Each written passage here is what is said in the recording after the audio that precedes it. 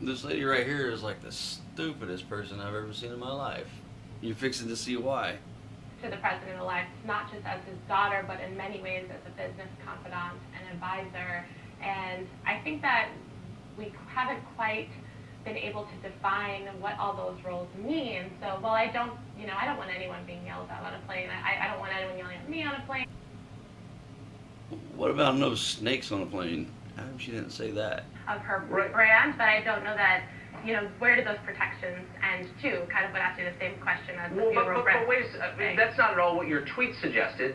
In addition to the one that we just read, you put, I think we can put it on the screen. My tweet didn't talk about the plane at all, actually. So what are you referring to? Within the look, Ivanka Trump was in the news because she was screamed at on the airplane, and you say, don't let her off the hook. And then you go on to say in another tweet, Ivanka has it all, and by that I mean a job, a family, and sinister complicity in aiding the most aggressively anti-woman candidate of our time. Yeah. Sinister complicity. She's his daughter. What is that? She was a surrogate frequently throughout, represented him in terms of women's issues. She had repeated interviews, and she did speeches on his behalf, where she represented a platform of women's empowerment, and in terms of having it all, I think she's an incredibly successful, brilliant woman.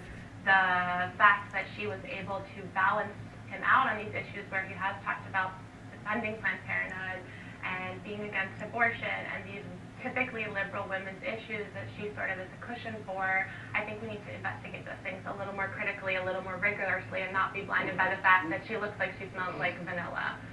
Okay, she looks like she smells like vanilla. Truly the face of fucking stupidity right here. Sinister for a daughter to capitalize on the power of feminism and uniting women and empowering women while supporting a candidate who is the most anti-woman candidate this country has seen in decades. What does that even mean? Like, why don't you tell, she's anti-woman because he wants to defund Planned Parenthood. I'm sorry, is that what I said? I think my earpiece might not be working because that is most certainly not what I said. Okay.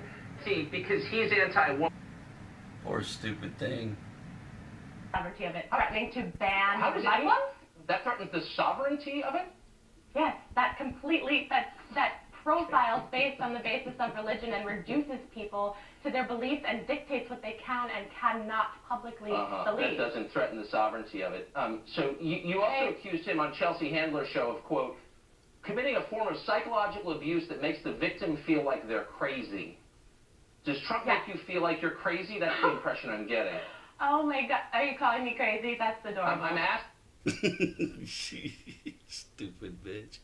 Trump's gaslighting. What I mean by that is that he frequently contradicts objective evidence.